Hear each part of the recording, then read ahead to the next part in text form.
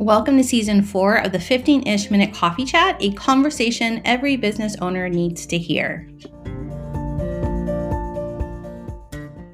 This week, we're joined by Sarah and Kevin Wardell of Bergamot Wine Company. As a team, Sarah and Kevin own a small, mighty company that thinks wine education should be fun. But before we introduce Sarah and Kevin, we want all of you to join us today. Tell us in the comments, would you want to work with your spouse? Yeah, so we are currently in the process of retiring, right? Where my spouse is home a lot, all the time. So we are getting into this mode of trying to figure out how to be around each other a lot. So I'm excited to talk to a couple that seems to have it figured out.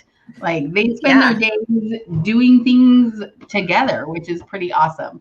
And they have fun. Like if you took a time to go and check out their Instagram or their Facebook before this show, they have so much fun marketing their company and doing what they do. So I'm excited to have them on today. Yeah.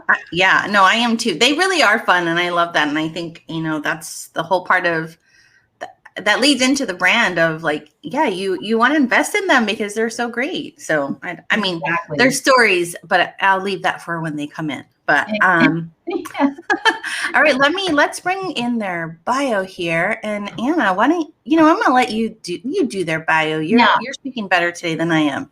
So their bio made me laugh really hard. It went through all of this stuff that started with, first of all, we'll start with Kevin. So first, for one of the cool things I read about Kevin was that he spent 2 years as a music producer at MTV, which for my 90s loving heart, I thought was pretty dang awesome. I have so many questions, especially from the 90s. I'm like, right. Right. Like, I didn't even know that. I've known Kevin for quite some time now, but I did not know that about him. So I'm super excited to find out more about that. Second, in 2010, Sarah and Kevin founded the Bergamot Wine Company. Kevin spends his day as a wine anthropologist and sommelier. He loves drinking old world wines and pairing it with amazing food. And that's kind of what Bergamot Wine Company is. And then when it came to Sarah's section of the bio, it just says, Sarah does all the rest. So I loved that. So what is all the rest? Well, I'm imagining it's everything other than drinking wine and pairing it with amazing food. So maybe she's the force behind this duo. I don't know. I guess we're going to find out, right? Yeah. The connection just works for them in their business, right? Exactly. Well, I'm going to let you bring them in. All right. So here they come, Sarah and Kevin. Hi, guys. How are you? Good morning. Welcome to our show. Oh, it's so good to see you guys. Thank you for having us. I know. I feel like a little scared. Like when you mentioned, well, MTV has been on Anna's like lips every time we mention. Like, I cannot believe I didn't know that. I cannot believe I didn't know that. And then I was going back into my whole like, what shows like like the real world like one, not like 45 or whatever it is now. Even I don't know. When I worked there, just to date me, when I worked there, Real World 2 was we were releasing that. So yeah, that's how long ago it was. Which is cool because that's when MTV was still MTV, right? It still played music and it still had a very, very fascinating following. So it was a big deal. But yeah, that was a long time ago. I did. Did you meet Max Headroom? No. In any way, shape, or form? Did you brush shoulders? I met all the rest of the stars on the show at the time for sure. Yeah. I'm just gonna say I just had the biggest crush on Daily Carson. Like that's just all. I mean, that's what I watched it for. Yeah, for sure. I mean, silly.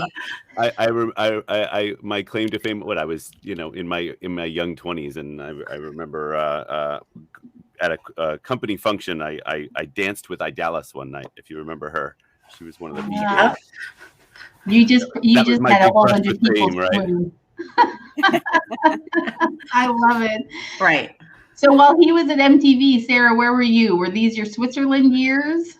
These would have been mid-90s. Yeah, these would have been my Switzerland years. I lived there for 8 years. I'm starting at the age of 20. And yeah. It was a really good time. So as you can see, like just from the initial starting conversation, these two are not your typical like graduate college, buckle down, get to work, do this, and off you go into your career of choice. They both are, I think, a little bit of the, going off, following their dreams, following their passions, like really like testing the waters in places. So we do a lot of listening to what feels good next. So good. Yeah, that's awesome. I will tell you, I am not a graduate of a college. I'm not I sort of in your field, guys, but I was in the restaurant industry for 20 years. And I remember saying, like, I can't say the word sommelier, but I love to just kind of like watch them one day and do what they do and learn their craft. And every time we had wine classes for our team, I was always just fascinated, and we'll go into that. I know we talked about MTV and everybody's like, what word did Selena just say? And some people don't realize how big of a word that is and how much training goes into. You can't just be like, I'm going to be one and then you are one. Like, that's not how it works. Nope. No, there's a good Netflix special that we send people to. Just like, okay, just look at that, and that'll kind of throw your brain into a complete swirl and realize how nerdy the rabbit hole goes. Oh my gosh! I also saying the word sommelier, and I don't even know if I'm saying it right, but it is a mouthful because it's like a word. So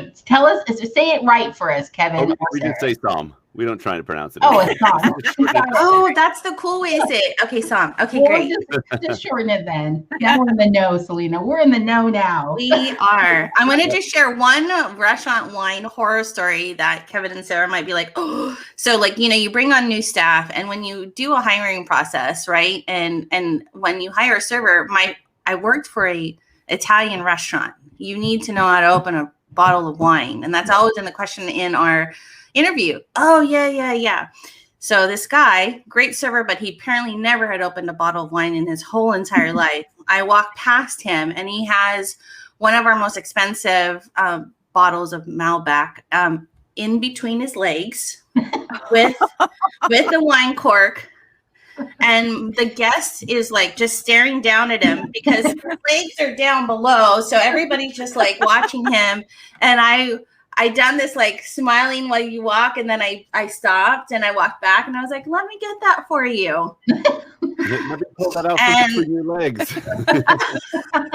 I was just so you wrong. Guys, only at home can you open a bottle of wine in between your legs, right? And maybe not even then. There's a few simple lessons that, so we ran a wine bar together. That was our first venture together when, that was 10 years ago. 10 years ago. Yeah, we ran it for 7-8 years. And that was, some of our first tests weren't, necessarily what you know about wine, but can you actually get through opening a wine properly? Do you know how to spit when you're tasting and not let it go all over the place? much more about, I could teach you everything else, but if you don't have the basic skills down. Oh my gosh. Wait, before we get into the meat of talking with you folks, why don't we do our coffee cup selfie real quick? We love do our coffee cup selfie. Or whatever you're holding. Yes. We've got our cups. I love it. Okay. I'm going to Disneyland this week, so no, I'm not, just in my head. On 3. 1, 2, 3. Okay. Now we can do all the talking. We can. Now we can do all the talking. Yeah. All right. So we love to start our show off with a mental health question of the day, mostly because we feel like people gloss over the whole mental health aspects of working a full-time job and all of that, what it entails, especially working as a duo all the time. So our question for you today is, how has your work shifted the ways in which you are connected to your community?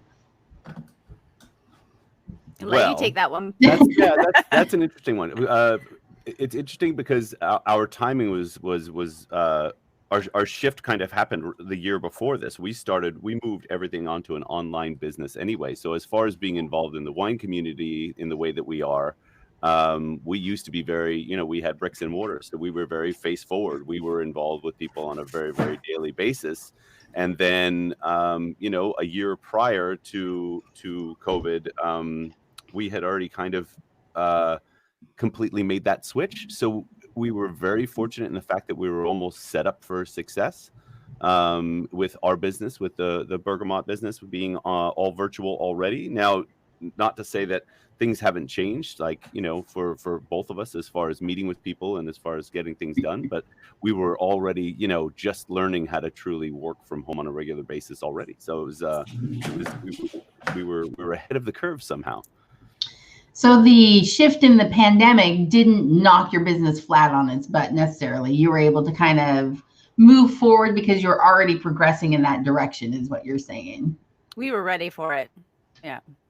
That's awesome. Yeah. And people like wine when they're stressed out. So it kind of helped.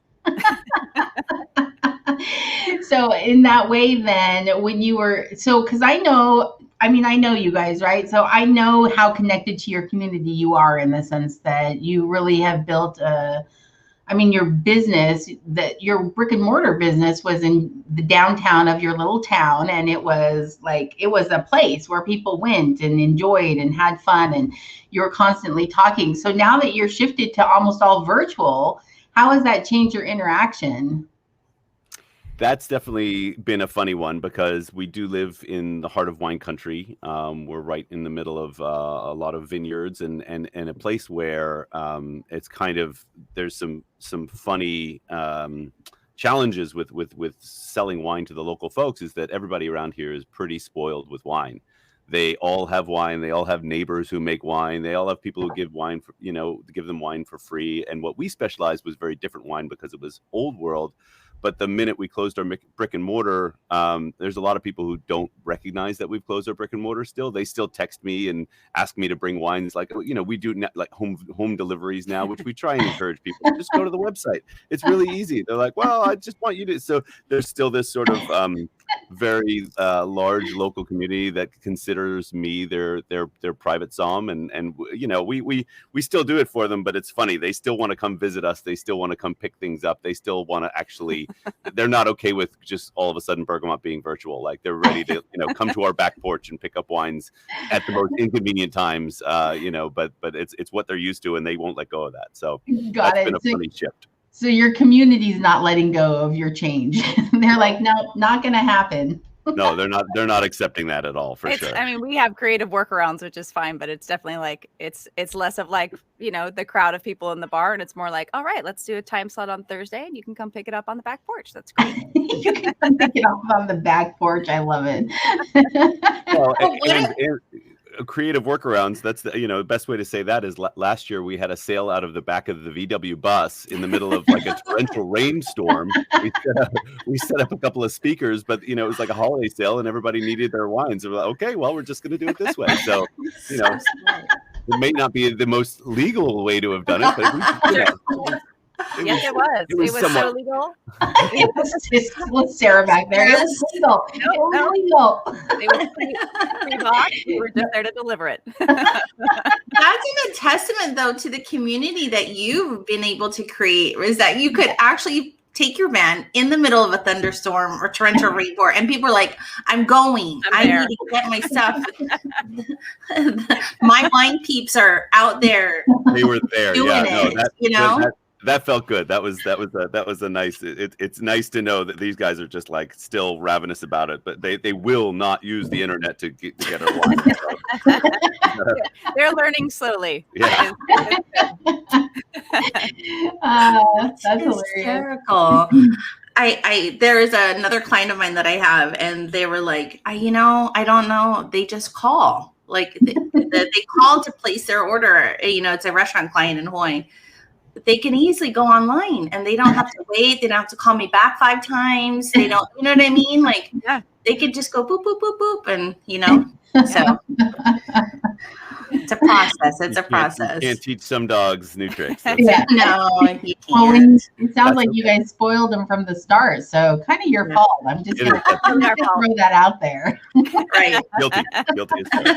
This kind of leads us very nicely into the toolkit that the new way that we've done it this season is we ask our guests, like, hey, what's something you just can't live without? And Sarah, Kevin, I'm going to assume Sarah filled out the form and sent it over. And so you do yours. Yeah. Calming. So he was busy with the wine and the fine food. Yeah. All the rest, right? I've got the hard part of the job. Yeah, exactly. But we asked her toolkit, and Sarah gave us a great tool, and I think everybody needs it. It's your WordPress. Everybody doesn't know what that is. It's 39% of the web is built on WordPress. But maybe you use Wix, maybe you use Squarespace. Whatever it is, basically, it's the internet where you would go to place an order. More bloggers, small businesses, and Fortune 500 companies use WordPress, and all others combined join millions of people that call WordPress.com home. Sarah, tell us a little bit why WordPress is something that is important to you and Kevin. Yeah, that's an easy one. To follow up on what we were just talking about, when someone goes online to place your order, if your system isn't set up to make that navigation easy, it's really hard to place an order. So part of our learning curve too was setting up our platform so that it was super user friendly and that we could have all the bells and whistles. And that took us a while. It took us a good 2 years. We just launched our brand new website and brand new backend, still using WordPress, in October, and it's been a total game changer.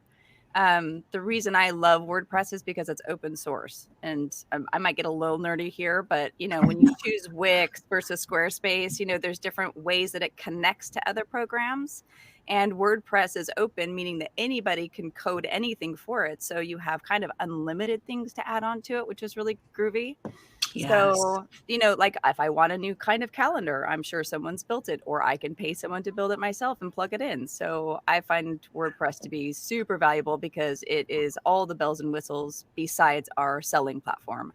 Yeah. The selling platform actually is very different. In the wine industry, there's a lot of regulations that we have to go through when we sell wine. So we actually use a very wine-specific e-commerce platform that's plugged into WordPress. And so the combination of those two things is now, I feel like we're set up for success, long-term success. So it's cool.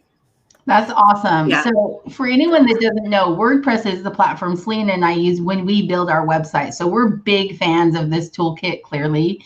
It is so user-friendly also. Just in terms of being able to learn how to build a website, WordPress is really easy to use, and so many tutorials out there on the web that can help you navigate through things. But Sarah and Kevin have some. So one of the things we saw when we went on your website is you guys are now doing virtual tastings, and that's something that people can sign up for on your website. So tell us a little bit about your virtual tastings and what you're doing right now with this. Obviously that's one of the things that when we had bricks and mortar, that was one of the biggest things is we used to teach these classes at our bar in wine country, kind of educating people about wines from different areas like Italy and France, which is more of our forte. But with everybody on Zoom, it actually has opened up that avenue again for us, which has been really fantastic. And a lot of the times what we do are more, private and corporate events. We did a lot of things through the holidays. There's been a lot of Zoom tasting, a lot of Kevin going back to the studio and oh, there goes Dad again, drinking wine and hiding in the studio.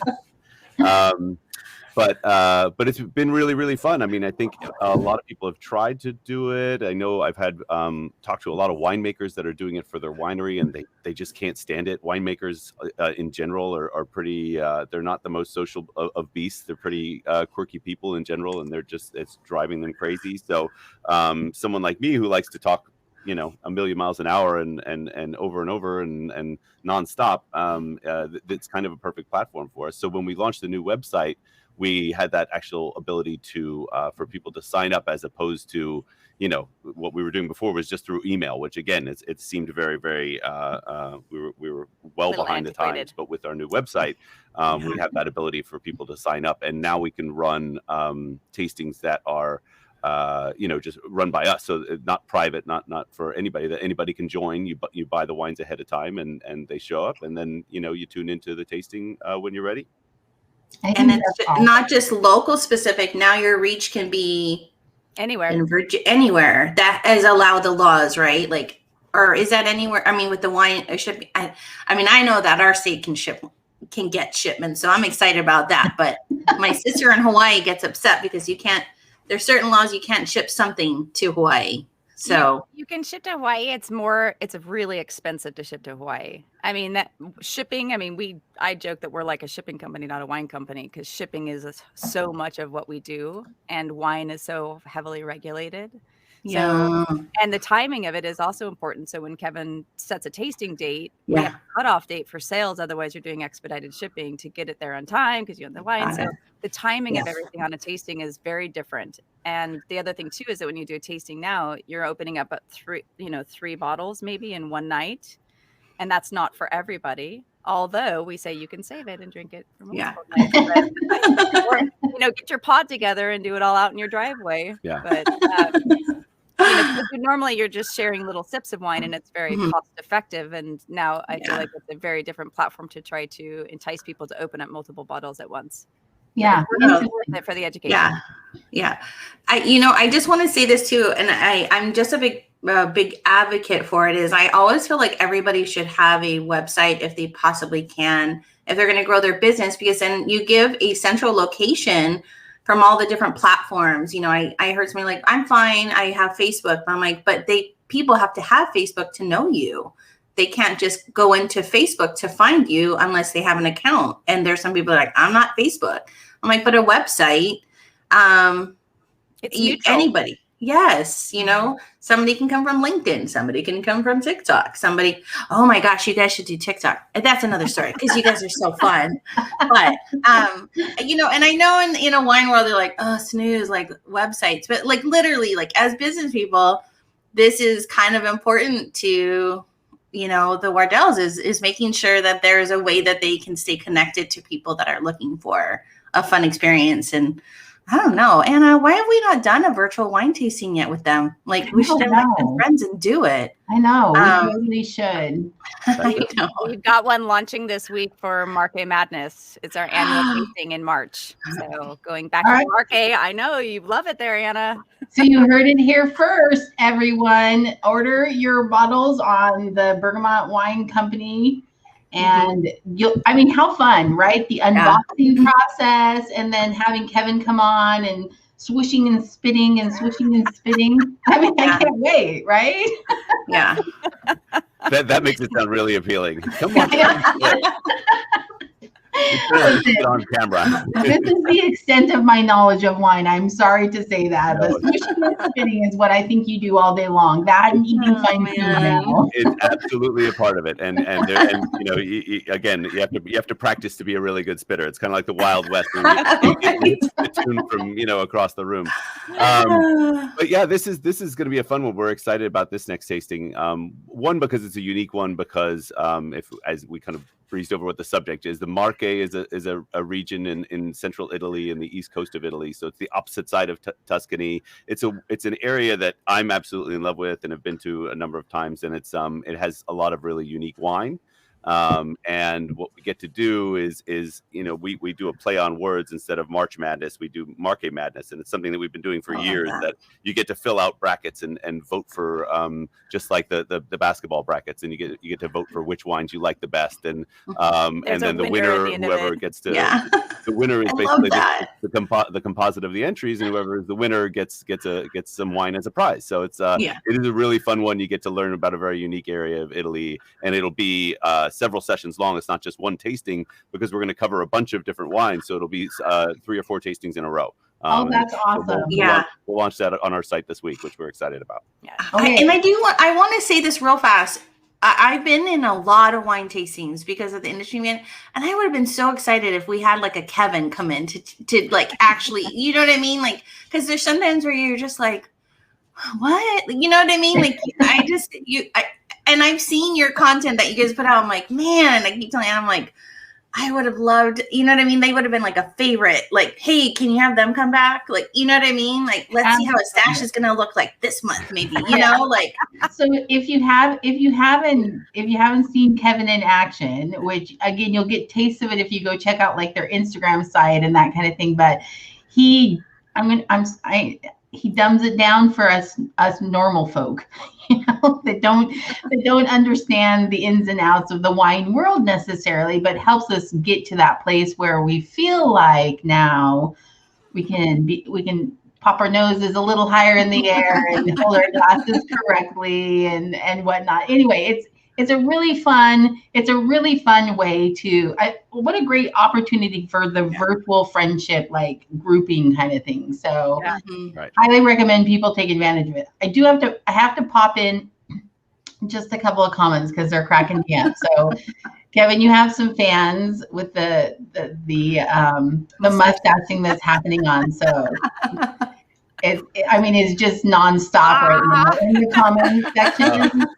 We've got and then Sarah, Ray's just on a roll right now because then he popped it in with the gray hair coming in as well. So Ray is just jealous. That we know. Absolutely. That is sheer envy. Clearly, he is clearly wishing he could sport this mustache beard combo that you've got going on. So you know what? I'm going to put a challenge out to Ray because we're excited to have him on our show in March. Ray, you have a month to compete against the stash. Yeah. Kevin said he's been growing that for only since December. That's about a month. So let's see if he can top that. That's perfect. Okay. And anyway, I think it's fantastic, and I think that it's so great that you guys have created, like, with how this world has been, that you've created an experience that can be virtual but still like be enjoyable and not just a typical like Zoom call, but I mean, how fun! Like you're giving an item. Go people, go! Yes. Happy hours. That's our I'd be there all the time. As Sarah said, it's like we've created this, but it is really it's the amount of work on the back end that we've had to kind of prepare to have ready. We are a shipping company. Like the wine part is the most fun part, and that's the face forward part. And that's what we both have fun being involved in that for sure. But all of the wheels and cogs moving in the background in order to make that work, in order to get the wine there on time, in order to ship to the warehouse, and then all of that stuff. If we hadn't upgraded our website in this past couple of months, we would still be struggling. We would still be doing all these things manual. So the amount of work that Sarah put into building this new website and all the muscle on the back end of the website that actually makes it work is it's awesome. It has been a game changer, as Sarah said, and it's amazing when you look at a business like this. It's like, it looks like you're having fun, but boy, on all the stuff that you have to do, just like anybody's business. But it's funny when there's something so forward and everybody loves the wine part of it, and you have to look and see behind the curtain a little bit. Don't tell them. Don't show me. Yes. No, we actually we're in a dark room. You want to see what's going on around us. It's terrifying. We're actually right at that point where we're going to rip those curtains open, because you're talking about, the wine is the fun part of it, but there's all this behind the scenes happening that you and Kevin are having to juggle. That's all part of that running the business, the bookkeeping, the promotion, marketing stuff, all of it, everything that goes into the ordering and the product and the, quality control type thing and planning out your schedule. So really, this is like the meat of where we're at, the working with the spouse conversation. So let's peel the curtain open. Yes. That's the best way to describe it too. Right? So we've got one big question for you guys, really. Hold on just a second. I had it as a scrolling ticker, but I don't want to do that. I want to show it like this. So Sarah and Kevin, what would you say is the number one positive and the number one negative of working as a spouse team? You start. I'll start. There you go. You just saw it. I like how that works. Right? Yeah. Go ahead, Sarah. To me, it's actually the answer is the same for both questions. So the most positive thing is also kind of the most negative thing, in that we perpetually and constantly share creative mental space. And sometimes that is like magic. And when we set time aside and we're really digging into it and we've got some ideas and we can sit and brainstorm, and usually that's not hours, that's days that turn into weeks, that, and there's different phases of stuff. And so we're constantly kind of back and forth and feeding off, and, you know, you're cooking dinner and he shouts out something like, yeah, that was a good one. And, you know, just kind of melded in as you're doing all of your everyday today. And then if you flip that a little bit, it just never stops. And so you're cooking dinner, you're like, I don't want to talk about work right now, you know, because it's constantly part of what we do and how we think. And so we've spent a lot of time just being able to very successfully bounce ideas off of each other, to just create things without having a platform or like solidity to them. So a lot of things just kind of hang around in the air and get kind of developed over time. And a lot of just mental work goes into that. Dogs. But yeah, that would be my answer. It's like, you know, we're always doing that. And so sometimes we have to have some boundaries on when we turn that off. So like one of our rules is there is absolutely no work in the bedroom, period. Just, you don't bring it in the bedroom. It doesn't matter if you're folding laundry or whatever, take it out to the living room. So there's some physical boundaries in our physical space. And then there's also some mental boundaries that we have to create for ourselves and to respect that time when we need just time to think on our own and process on our own. So that's interesting. That is not what I expected you to say, but it makes a lot of sense in terms of, I loved how you put it though, that you're constantly sharing creative space, and that conversation is always there because you guys are always together. I mean, you have separate things that you do, but you live in the same. No, you don't. Never. All right, never mind. Scratch that. There's nothing separate well, right now, especially because there's a pandemic, right? So you're at home anyway. You live in California, so there's even higher restrictions than most states have. Yeah. But that space, it is hard. I mean, working from home, so I telecommuted for 16 years, so I understand this. When you work from home, it's hard to shut it off anyway. You know, your computer's right there at 2 a.m. You're thinking about something, you hop up and you go and work for a minute. It's hard to set those boundaries. So how have you guys been able to establish those boundaries other than just saying, we're not talking about this in the bedroom or, you know? I'll definitely admit it. It took me a lot longer. Sarah has been doing, project work and has been able to, manage working from home and balancing, taking care of the kids and everything like that for much longer and far more effective. She's far more organized than I am. Where I've been working, in basically in restaurant industry and everything like that, where it's like you go to a place and then you're running 100 miles an hour until you leave that place. And thankfully, it was a business that I could leave out of my brain, and once I walk away from it, great, nothing starts again until I walk back in that door. So when we changed over to being at home, we had an office at first, and I would have to go to the office to actually be effective. I'm like, I can't do anything here because distractions and all of the things, and it took me a long time to get to that. So I had a big learning curve learning from Sarah with that. So I think it probably was a good thing because we both kind of learned it together. Like, okay, well, we know now that there's certain times and ways in which we can be most effective. And it's just about, communication. And Selena, as you said in the beginning, it's, I'm glad that you see us as having so much fun doing this. And, but if you're not having fun doing it, then you're not going to be very effective at it. We have to be able to have a creative outlet and to be able to have fun with it. As long as you can figure out how to balance that with, okay, who's got the kids this afternoon, and it's the juggle, but it's great because it's a two-way juggle. It's once we're as long as we're communicating about that, then everything's moving the right direction, and and we also have very different responsibilities in this business, which is good. It's I can be like, okay, Sarah gives me a deadline, I need this from you so I can get this done. Great. So then it's we call it tag team basically, because like we could sit there and work on the same thing for a couple of hours, and then one of us is gonna have to split off. So it's like, okay, I'll finish this, bam, your turn, we switch. I'll go in the kitchen, you do that. So there's a lot of that for sure.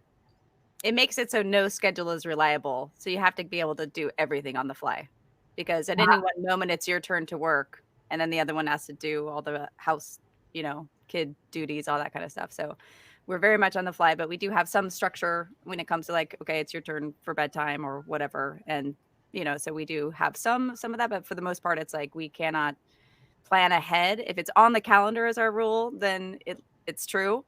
If there's a question mark behind it on the calendar, it's not true yet, but it will be true. Yeah. Yeah. Interesting. So we have a question from our viewing audience. You're both creatives. How hard is it to embrace the business side of things? Oh, I love the business. I love it. Okay, so Sarah, you have a penchant for the business side then. Yeah, that's the interesting part because that's what we do, right? I mean, I would say it's easy for me to be into business because quite honestly, I've kept myself at this actually kind of sounds ironic because we have owned a wine-based business for 10 years, but I don't know that much about wine and I keep it that way. I don't go into the nerdy. I am not a somm. I don't retain information like Kevin does. I don't want to try any longer, so I just don't. So I constantly ask some very interesting, what I would call dumb questions, because I know the answer. I've heard it somewhere, but that's just not how I think about wine. I enjoy drinking it. I enjoy doing all these things, but really my expertise is like creating the structure around how to get it to people, how to talk about it, refining the copy that he writes around it. So I'm the organizer of all the back end things that kind of present it to people. And I find that kind of curation really exciting. So. Which really works because, like I said, I mean, when I visit your website, I don't feel like the wine dummy that doesn't understand what I'm looking for, what I'm doing. Like you've really been able to make it, I don't even know, mainstream, I guess. Maybe that's not the right word for it, but where I can come in and feel like I can make a good choice with zero knowledge, right? I want to just kind of like talk about this. My husband and I have this like secret obsession. We binge on like Gordon Ramsay's Kitchen Nightmares and show, right? And I'm always intrigued by the aspect of when it's a husband and wife that like, I'm going to do the restaurant because my husband is an amazing like chef, right? And then, but they don't realize the business aspect of it. So you need both parts. And so I think it's like, like you just kind of like how to be successful is not that you both are wine experts, but that you both bring in like an aspect of the whole package to make it successful, right? Which is, it's balanced. So Kevin's like, I don't know, maybe I don't want to build a website. Oh, you, Sarah, I don't know, you know. I have no idea how to do any of that stuff. No, it's back to the question. I mean, we are both creatives, but in such opposite sides, which is great. Again, there's a complementary thing there where, you know, on the business end of things, I'm just constantly looking at the ordering, the wine that's going out, and the cost of our goods in general, right? And then all other costs and all those things, the things that you know Sarah is worrying about is how is our shipping functioning, how is our the rest of our business, you know, coming together, so that at the end of the day, when we look at our month's numbers and what we need to do and how we need to tweak things, we both have answers that we're bringing to the table that say, okay, we've got this, and so you know, finding that natural balance is you know, it's I guess it's come somewhat easy to us compared to others, but you know, we get the same reaction that you guys are saying is, you know, we get people all the time like, so how are you guys doing? How do you actually work together? How do you even get away with any of this? So you know, we do feel fortunate that it's partly our disposition and our relationship, and then partly it is like it does help that we have different skills that make this business a whole, which is great. We also we outsource some of the main things. Like I do not do accounting. So that's all outsourced. Somebody else does all of our numbers. So I don't have to worry about that. That is the best money ever spent in the world. Yeah. You know, I like to read the numbers once they're presented, but that's pretty much it. And then, you know, the shipping is all outsourced as well. So really all we have to make sure is that Kevin curates whatever wine is in the shop or in the tasting. So he is the curator of that. And then the rest of it is just curating it on the website in a way that functions and, you know, finally ends up at your doorstep. So I love that combination of things. So you both recognize your strengths and your weaknesses in the different areas. You've been able to divide the business processes up into equitable parts. So one of you doesn't feel like they're having to do the majority of it, while the other only gets to do the fun stuff. You still get to have that creative, fun portion.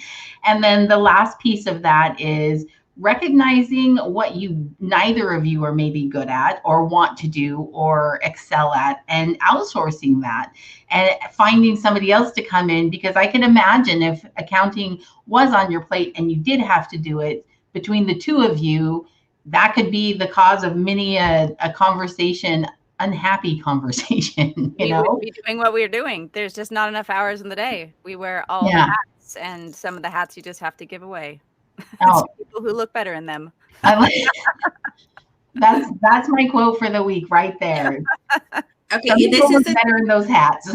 This is a question I have for you two is, I mean, one, it's hard even when you're parents, but when you're also business owners together, like how do you guys like allocate some time that's just for you guys? Like not about the business, not about being parents, but something that's just like for you guys to take that moment to like, do you self-care yourselves as a, you know what I mean? Or I'm just curious. Set off work. Yes. Yeah, I would say it's actually kind of interesting in the world of COVID. Since last year, for the first time in our working relationship, so 10 years, we made the hard rule, no work on weekends. And it has been amazing. Yeah. It's been amazing. I've never not worked on weekends because it's always constant. Right. So in the last year, having weekends has been really lovely because we spend time with our kids. We go on trips to the beach. We go wherever, you have time and space to kind of get out of the house together and do something. Yeah, and my background of working in in the restaurant industry, weekends were that was the hardest. That was when you worked the hardest. So it definitely took a shift. But boy, you open that up, you open those 2 days and pretend like we have 9 to 5 jobs in that little bit. It makes a huge difference for sure, and that definitely was a big thing. So, but it's tough. It's a challenge. Obviously, everybody's dealing with, and then working from home, especially working together from home, that is a tough one, and it's very important. And sometimes we forget it, and you have to just reel it back in and say, okay, we need to create this space. It's not healthy for anybody. Yeah. Weekends is a big one because I know every entrepreneur when they start out, it is like round the clock, 24 hours, busting their tails to get it all done. Like you were saying, get it all done. There's so many things. You're everything in your business. So I love that you've reached a point where you can just say, hey, Friday at 11 p.m., we're cutting it off. There is no more work. And we're going to take Saturday. It's up to 11 p.m. Wait a minute. I'm just making that like in mark. I don't know. Maybe it's like 6 p.m., but I'm guessing. Remember, we made this clear. We start drinking by noon. Yeah. And we have for our job, of course. Professionally, we start drinking by noon. So making it to 11. Market research is very important. You know what I mean? Got it. So Friday evenings are market research nights. Got it. Yeah. What we do, we pre-order all of our club wines ahead of time to write all the notes. And so every single month, at least once a month, there is a dozen wines that get opened all at once. And over the year, it's gotten a little kind of refined, but there's a little flock of winemakers that come to our house on the back porch, socially distant, and we all taste together. It's like leaving out birdseed. Seriously, it's like you look out the window and say, "Oh, who's that? Oh, there, yeah, he flies on the Okay, good, yeah." You leave them a dry erase board in case they forgot their phone while they're bringing in. Just tell me. Jot down your notes. Text us your notes. Yeah. How awesome to be like, we have a bunch of winemakers that come into our backyard. Like, how cool is that? No, I know. That's so fun. So on that kind of similar note, Kevin, this is specifically for you, but how do you know what aged saddle leather tastes like? When describing a wine. That is a very always my question when a wine guy would come in to teach our class. When you first start out actually, having to think through all of this stuff, that your best sort of wine instructors tell you, go to a farmer's market and literally don't buy a thing, just go and pick up everything and smell every single thing, right? And you start doing what they call a Rolodex of what these different things smell like and taste like. But if you think of aged saddle leather, I'll admit I've licked a lot of weird things, but I've not licked an aged saddle. I'll admit it. But I mean, you put that next to the difference of something like an old leather smell, like an old leather boot, or an old leather jacket versus new leather, right? Like you get a new leather jacket, it has a very distinct smell for probably 20 years until it's well worn in, and then it takes on a different smell, right? So there's a lot of funny things that sommeliers will say and that our wine tastes like. And if you do go to our site, we try and make it, and as you said, we try and make it very approachable. If you look at our wine descriptors, they tend to be a little bit different than your normal, like, pairs well with chicken and has a tannic back end, all these.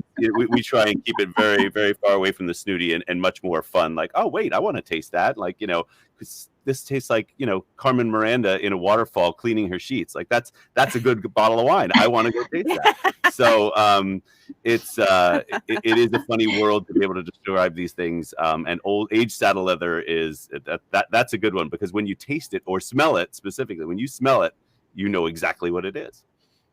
That's my favorite part about the tasting. Actually, you guys coming up with the descriptors. I love the moments where all the winemakers are around, and Kevin and, Caitlin will throw out like, oh, I'm totally getting, cotton candy, and you can't unsmell cotton candy now. Like, no, oh my God, it's cotton candy. I'm going to tell you my new quote this week from Kevin is going to be, I've licked a lot of things. Like, I think that is going to be like my favorite quote of this show today. I'm just going to say, I just want to know if he's licked Carmen Miranda while she's cleaning her sheets. That's my question here. Because you just say that was what your wine tasted like, right? Or that's what it smelled like. That's, if you can picture yourself in a waterfall dancing with Carmen Miranda while cleaning sheets. Tropical smells, it's fresh water smells. Yeah, tropical, the smell of the waterfall minerality. Right, exactly. I clearly need to work on my visuals. You know what?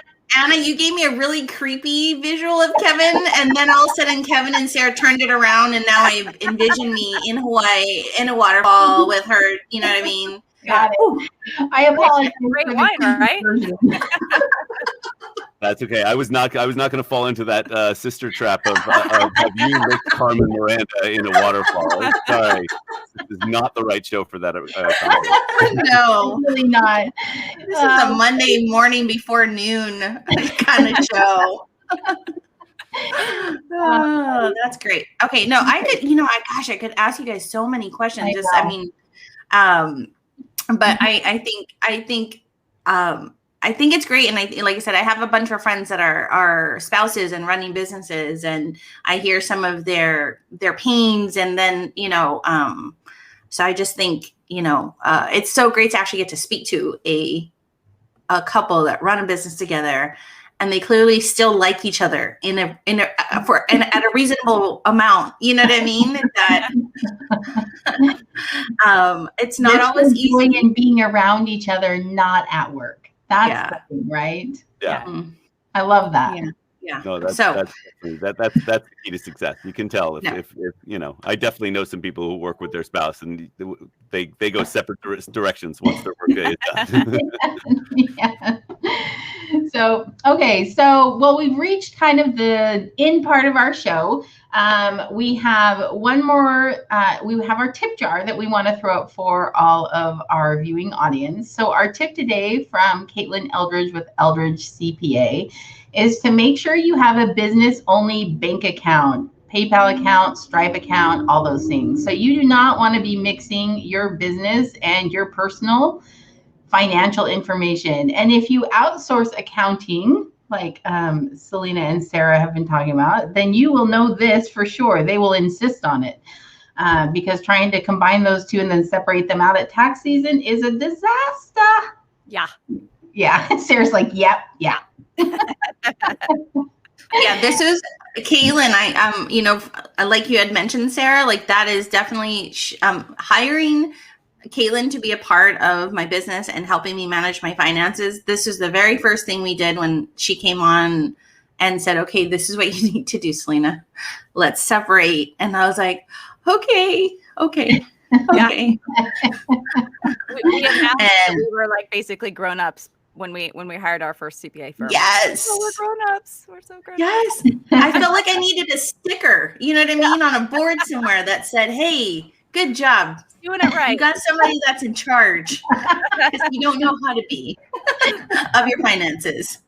Like I kept saying, I'm so sorry. Like, I don't know why every email, so sorry. here's this document. So sorry. Here's this other document. That never ends. Yeah. If you know it's something that you want to deal with, so you feel bad that they're dealing with it. Even though they wear that hat better. Totally. Okay, let me move on into we want to make sure and remind you guys where you can follow them. They're not TikTok yet, but it's coming. Yes. Oh gosh, I can only imagine. I am TikTok. Yeah, I'm so excited. I can't even say it right. I'm TikTok obsessed. So, Sarah, tell everybody where they can find you and Kevin. We are on Instagram and Facebook predominantly. We are venturing into the TikTok landia. We stay the heck away from Twitter. Not our thing. There's too many people fighting about wine on Twitter. I don't know. Yeah, they're serious on Twitter. Yeah. And then, of course, on our website at bergamotwine.com. Yeah. Oh, that's awesome. Awesome. Go check them out. And soon on our podcast. Yeah. Yay. They're going to be doing I'm so excited about that part. Yes. And go sign up for their virtual tasting. If you go do it. Yeah, it's going to be such a fun experience. So, yay. All right. Awesome. Thanks for having us, guys. Yes. Yeah. No. Well, okay. So let me just round out really quick with just some last final things. Next week is Deanna Seymour, business mentor, podcaster, and all-around creative gal. She is a For the Ladies show. She is all about women and empowering and feeling good about yourself and body positivity and creating confidence and not being afraid to show who you are. So it's going to be a little bit different. Selena and I pre-recorded this with Deanna because she had a conflict. And so it'll be kind of fun to see how that goes for us. I mean, we're still going to go live and premiere it because we just can't not stay away. But yeah. I might even wear the same clothes just to kind of fool your eyes a little bit. In the same outfit. There you go. I'm going to wear a Kevin stash, actually, is what I'm going to do. And be like, did you watch last week's episode? If not, you need to. Yeah. So Kevin's like, I can't. This stash is not supposed to be the attention. I am the attention, right? But it's so awesome. Anything to draw attention away. I love it. Yeah. Exactly. Oh my gosh. All right. Yes. What, Anna? Find us at annaandselena.com, on Facebook, on YouTube, on your favorite podcast platform. We'd love for you to subscribe. It always just helps us out with little things. You'd be surprised at what applications allow you to do once people actually subscribe to you. So go ahead and subscribe for us. Yes. And then send us a hashtag and tag us and take a photo of yourselves with us today on our show. And with Sarah and Kevin, we'd love to see it to add to our next 15-ish minute coffee chat series video. Yes. All right. So thank you again to Kevin and Sarah. You guys have been wonderful. So good. Thank you for having us. Amazing. Yes. So spouse is looking for business. Yeah. Kudos. Yep. All right. We'll see you guys next week. We'll talk to you later. Bye. Bye.